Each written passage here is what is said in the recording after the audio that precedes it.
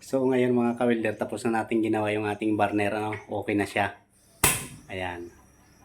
Ayan, nahinaan. So ngayon ang gagawin natin mga ka-welder, ipaprank naman natin si Mrs. kung ano ang kanya magiging reaksyon na sasabihin natin hindi talaga ning nagawa ng paraan, talagang sira na kinalawang. So kailangan na natin bumili ng bago na namang burner mga ka-welder, at saka yung hose kasi sira na ito. Ayan, wala na.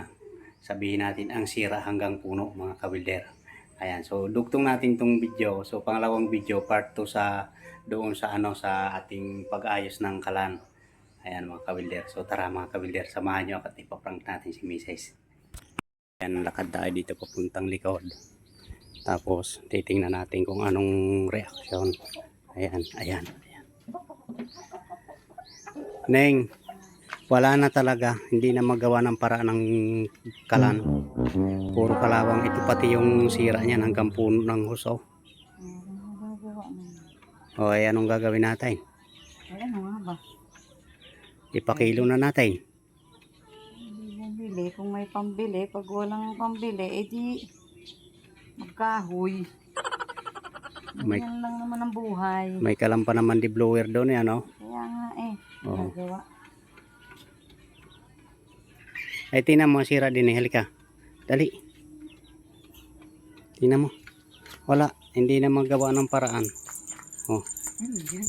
Buti hindi sumabot. Yan oh. Ano naman delikado. Oh. Testingin doon. Wala na. Silipin mo ang ilalim. Ay titingnan mo nga, baka naman sabihin eh. Mamaya sumabog. Niluloko ka lang. Tingin eh. Ganun pa rin talaga ang ano eh. Ganun pa rin ang apoy.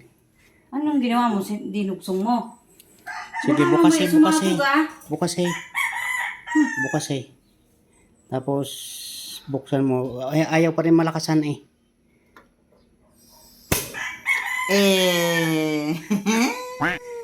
Ano? May pautot naman.